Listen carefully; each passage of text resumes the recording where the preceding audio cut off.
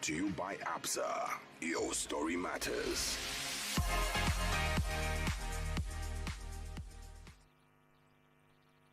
The news.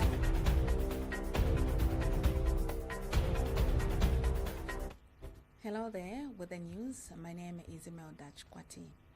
Stories making headlines.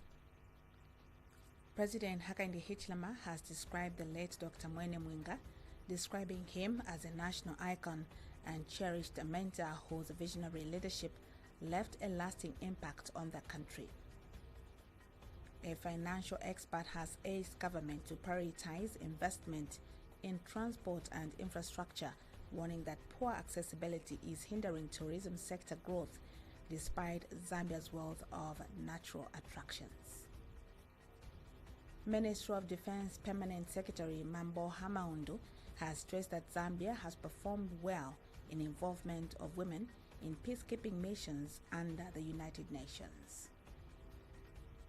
Zambia's dominance in regional youth football has continued as the Copper Princesses secured their third COSAFA Under-17 Women's Championship title with a commanding victory in Windhoek.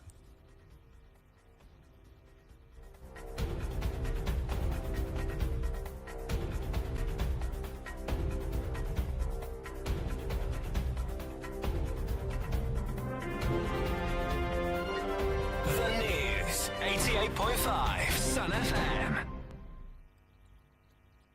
The details. President Hakainde Hichilema has expressed his heartfelt condolences to the family of the late Dr. Mwene Mwinga, describing him as a national icon and cherished mentor whose visionary leadership left a lasting impact on the country. During a visit to Dr. Mwinga's family earlier today, President Hichilema reflected on his wisdom, guidance, and unwavering support, which influenced many lives, including his own.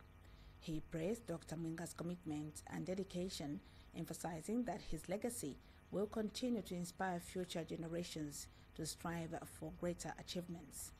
President Hichilema emphasized the importance of cherishing moments spent with loved ones while drawing inspiration from the extraordinary spirit that Dr. Mwinga embodied.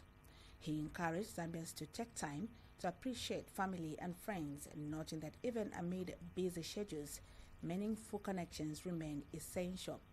President Hichilema concluded his tribute by wishing Dr. Mwinga eternal peace, acknowledging his profound contributions to the nation. A financial expert has urged government to prioritize investment in transport and infrastructure, warning that poor accessibility is hindering tourism sector growth despite Zambia's wealth of natural attractions. Speaking to Sun FM TV News, Henry Molea emphasized that Zambia's tourism industry has the potential to generate significant foreign currency and drive economic growth, citing the country's more than 20 national parks, waterfalls, and other globally appealing sites. Mr. Molea referenced the World Economic Forum's report showing that the United States earned $1.8 trillion from tourism in 2023 and stressed the need for Zambia to enhance its infrastructure to capitalize on its tourism potential. He argued that upgrading infrastructure, particularly in the northern circuit, would attract more tourists and benefit hotels, lodges, tour operators, and local communities through the sale of artifacts and unique merchandise. He highlighted the urgent need to improve Zambia's transport network and lodging facilities to unlock broader economic opportunities. Sell artifacts and other merchandise unique to Zambia. In 2023, the United States of America earned US dollars 1.8 trillion from tourism, according to the World Economic Forum. The figures being earned by top 10 tourist destinations in the world are far greater than our total GDP. This highlights the potential tourism has, especially for a country with so many natural sites. What Zambia needs is to improve infrastructure, especially in the transport system, and lodging. This will help attract more tourists, and for tourists to have access to so many sites, which obviously is going to improve inflows, which will contribute to the growth of the economy. Ministry of Defense Permanent Secretary Mambo Hamaundu has stressed that Zambia has performed well in involvement of women in peacekeeping missions under the United Nations. Speaking when he paid a courtesy call on Zambia's ambassador to Germany, Winnie Chibesakonda, in Berlin, Mr. Hamaundu noted that Zambia was among the first countries in sub-Saharan Africa with a peacekeeping deployment which has over 30% of women. He further pointed out that Zambia has a good record of senior officers commanding and leading groups within the United Nations UN peacekeeping missions, adding that there can never be economic development without peace and security. And Ambassador Chibesakonda was elated that women were participating in Zambia's contribution to the achievement of peace on the African continent through involvement in the UN peacekeeping missions, and echoed that peace is a prerequisite for development and progress. Mr. Hamaundu was leading the Zambian delegation at the 2025 United Nations Peacekeeping Ministerial Conference in Berlin, which included Army Commander Lieutenant General Geoffrey Ziele, Army Secretary Brigadier General Dr. David Sanine, and military advisor at Zambia's mission to the United Nations in New York, Brigadier General Oliver Musonda. This is according to a statement issued by Lubinda Kashewe, First Secretary Press at the Zambian Embassy in Germany. Chinsali Member of Parliament Kalalwe Mokosa has urged President Hakainde Hichilema to reconsider public concerns regarding the newly enacted Cybercrimes and Cybersecurity Act of 2025. Speaking to Sun FM TV News, Mr. Mokosa argued that certain provisions of the law have caused public unrest with the fears of arrest over minor cyber-related offences. He revealed that several members of parliament had strongly opposed parts of the bill before it was signed into law. The MP contended that some sections of the legislation were not enacted in good faith and lacked public support, calling on President Hichilema to repeal and replace the disputed provisions to ensure broader acceptance of the law. You know, there are certain provisions of the Cyber Crimes Act and the Cyber Security Act that we said no, these don't need to be there. You know, there are certain things that are very, very flimsy for which you are supposed to be arrested, for example. So while there are some also good provisions, there are some that are not very good. So that's my position. If there can be a possibility of the government revisiting those two laws so that they can reach acceptance with the people, if it can be harmonized so that what people think is not good in those laws can be worked on, it can be better. The Petroleum Transporters Association of Zambia has expressed concern over the inactivity of local transporters, warning that this issue could negatively impact the economy. Speaking to Sun FM TV News, PTAZ Secretary General Benson Tembo stated that many local transporters are struggling because they are not being engaged or awarded contracts to move goods and services. Mr. Tembo noted that local transporters play a vital role in national development, and with fewer of them involved, inflation and overall economic stability could be affected. He recalled that in April 2024, President Hakainde Hichilema met with the stakeholders in the transportation sector in the Copperbelt province and directed that local transporters be included in transport contracts. However, he argued that the directive has not been adhered to as foreign transporters continue to receive contracts instead. The PTAZ's Secretary General has since questioned the status of the President's directive stating that there have been no visible improvements in engaging local transporters. Instructions were given by the head of state. Clear instructions: give contracts to the Zambian citizens, and he stated, these drivers you see are my friends, and I want my friends to be happy. I want my friends to be happy. So if the friends of the president are happy, it simply means the transporter is busy, isn't it? And when the transporter is busy, the transporter is making money. And when the transporter is making money, it means there are economic activities in those respective areas. Now, when you look around, you will see that that driver, who is a friend to the president, is not happy. Yes, there was the statutory instrument on minimum wages for truck and bus drivers, which was signed by the minister. But if you look back, there was an SI again, which stated 3,000 kwacha as minimum for truck and bus drivers. Additionally, Mr. Tembo pointed out that several new mines are being opened across Zambia, with minerals being transported. He questioned who has secured these transportation contracts, as many local transporters appear to be left out of these opportunities. We are only hearing now, you hear, okay, 820,000 tons were produced by the mines and transported. They should even add transported by foreign transporters. They should add that to make it sound good. 820,000. We can see mines are opening. You are seeing the activities in Luansha. You are seeing the activities on the Copper Belt. You are seeing the activities in the northwestern province. A lot of activities are happening, mining activities. These are huge investments. So those activities are happening, and today a local Zambian transporter is complaining that I don't have business. So who is holding that key?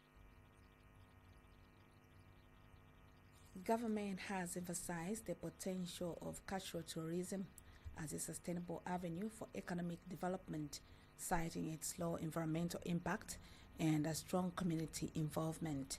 Speaking at the 2025 Livingstone International Cultural and Arts Festival, LICAF, Southern Province Minister Credo Nanjua highlighted the festival's role in attracting both domestic and international visitors, which strengthens the resilience of the tourism sector.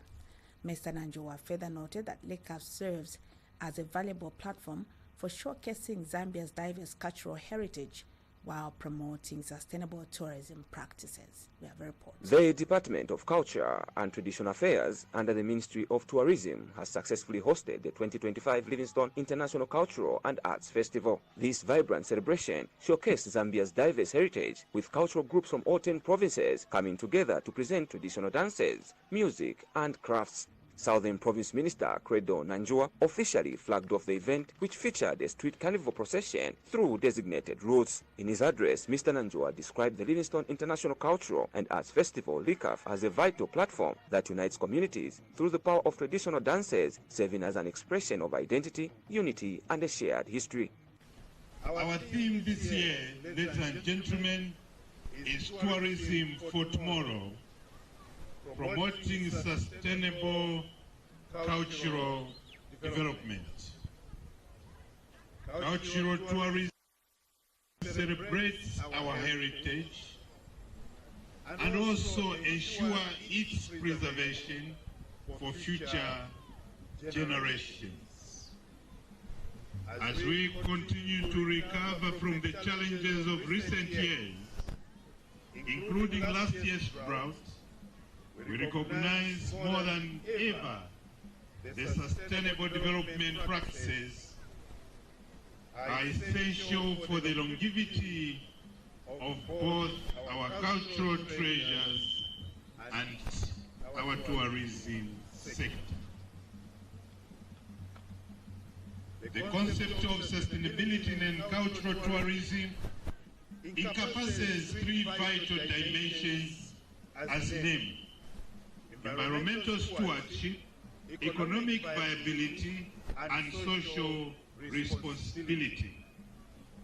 Our festivals, exhibitions, and cultural showcases must embrace these principles if they are to truly serve as bridges between our past and our future. Earlier in the event, Ministry of Tourism Permanent Secretary Evans Muhanga announced government's plans to elevate the RICAF to international status. He said the goal is to attract more global visitors and investment into Zambia's cultural sector, ultimately boosting revenue for the country. Honorable Minister, our vision and our dream for the RICAF is to grow it to an international cultural arts festival where we can have a lot of people, because where we are today, we are not that many as we want. Yes, we keep improving, but we want to ensure that the whole Livingstone and surrounding towns of Livingstone should be able to come here and enjoy the cultural panorama and the festival that we are planning almost every year.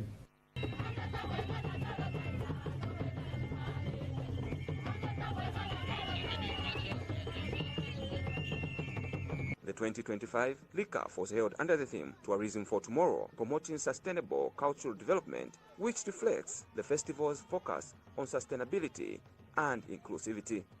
Augustine Kapambwe, reporting for Sun TV News in Livingstone District, Southern Province.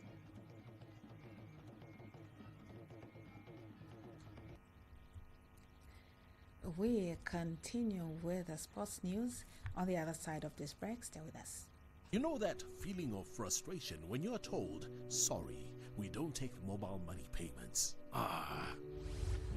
Turn that frown into a smile. With the upgraded ABSA POS machine, you can pay for your items using your mobile money wallet, Visa credit or debit card, MasterCard, and more. Now that's a payment solution with more convenience. Call 5950 to sign up or find it at a supermarket near you. Your story matters. ABSA. Are your dreams on hold? Maybe that much needed home improvement, starting a business, upgrading your qualification, or simply taking that dream vacation? At ABSA, we understand. That's why we offer collateral-free personal loans of up to 850,000 kwacha. With a 7-year payment plan, now you can access more financial support to turn your dreams into reality. Let's help you write the next chapter of your story. Call 5950 for more information. Terms and conditions apply. Your story matters. ABSA.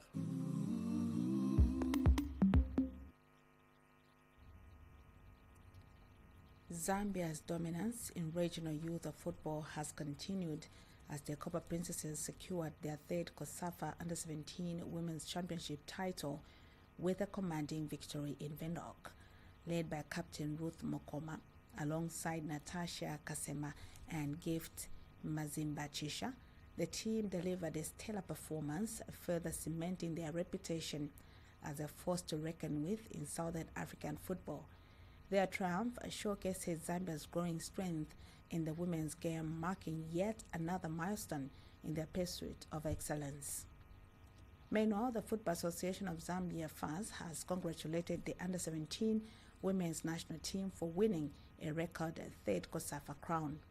Zambia beat Malawi 3-0 in the final, played at the Hage Geingob Stadium in Windhoek to earn back-to-back titles. In a statement, FAS President Keith Mwemba has hailed the Copper Princesses for honoring him with his first trophy since assuming office last week. Record COSAFA winners Zambia were champions in 2021 and 2024, with runners-up spots in 2020 and 2022. Zambia has already secured its ticket to the FIFA World Cup, which will take place in Morocco from 17 October to 8 November 2025, and it will be Zambia's third appearance. As we leave the headlines once again, President Hakainde Hichilema has described the late Dr. Mwene Mwinga, describing him as a national icon and cherished mentor whose visionary leadership left a lasting impact on the country. A financial expert has urged government to prioritize investment in transport and infrastructure, warning that poor accessibility is hindering tourism sector growth despite Zambia's wealth of natural attractions. Ministry of Defense Permanent Secretary Mambo Hamaundu has stressed that Zambia has performed well in involvement of women in peacekeeping missions under the United Nations.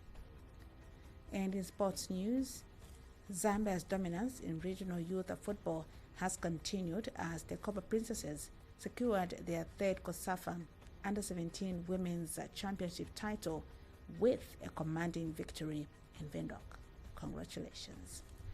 On behalf of the entire news team, my name is Imelda Chikwati. Stay tuned.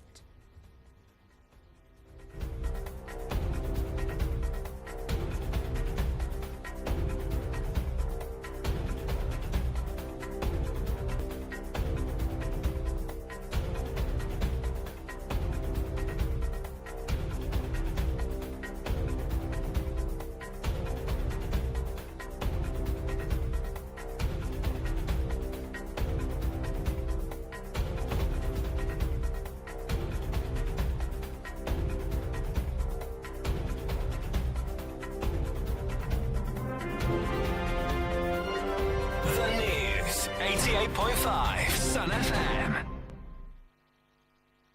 A comprehensive coverage of local and national news, business, politics, and sports. The Sun FM News was brought to you by ABSA. Your story matters.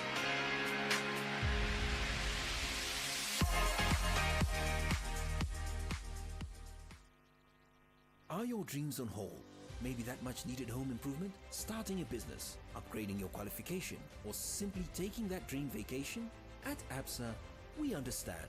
That's why we offer collateral-free personal loans of up to 850,000 kwacha with a 7-year payment plan. Now you can access more financial support to turn your dreams into reality. Let's help you write the next chapter of your story. Call 5950 for more information. Terms and conditions apply. Your story matters. ABSA.